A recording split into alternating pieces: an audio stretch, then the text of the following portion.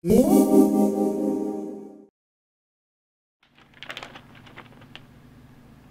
it's Ed Kaminsky at Shorewood Realtors, and we're checking in here, Manhattan Beach, California.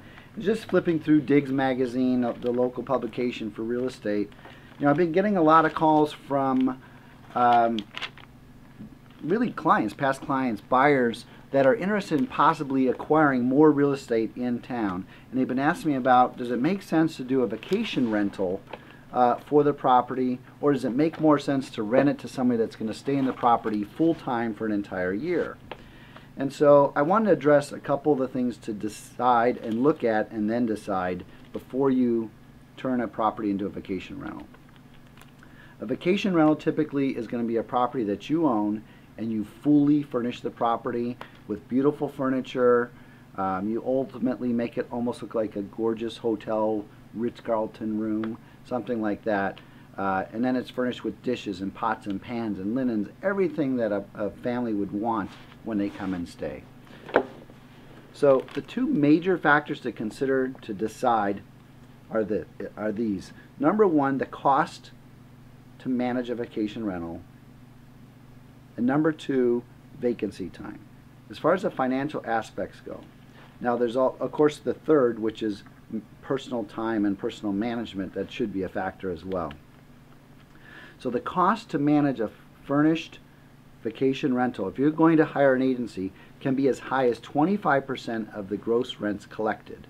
Meaning if you collected $1,000 for a week's rent, they would take 25% of that $1,000 on a vacation rental. If you're going to do an annual rental, rates are probably closer to 6 or 7% of rents collected. So it's a major difference. However, when you're doing a vacation rental, a lot of those properties will rent for way more per week than they ever would if you collect on an annual tenant. For example, you could get in Manhattan Beach alone $2,000 a week up to $10,000 a week for a waterfront property for a vacation rental. That's $40,000 a month if you bought a home like this on the Strand. So that's something to keep in mind. The other factor, of course, is vacancy time. It's easy to keep these rented from May to September, from Memorial Day to Labor Day. It's the winter months after that that's more challenging to get those properties rented. And hence the garb today.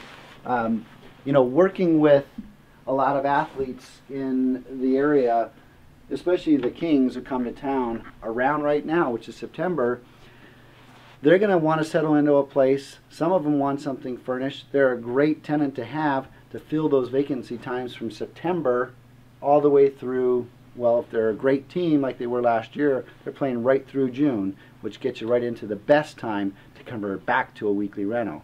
So the perfect world, a vacation rental, you'd have someone in there that would take it from September to May, and then you do your weekly rentals in the summer. The other great benefit, of course, of vacation rentals is you get to use it. You've got family coming to town, you have corporate guests that are coming to town. It's a great way to save some money for your business as well as have a great place for your family to stay.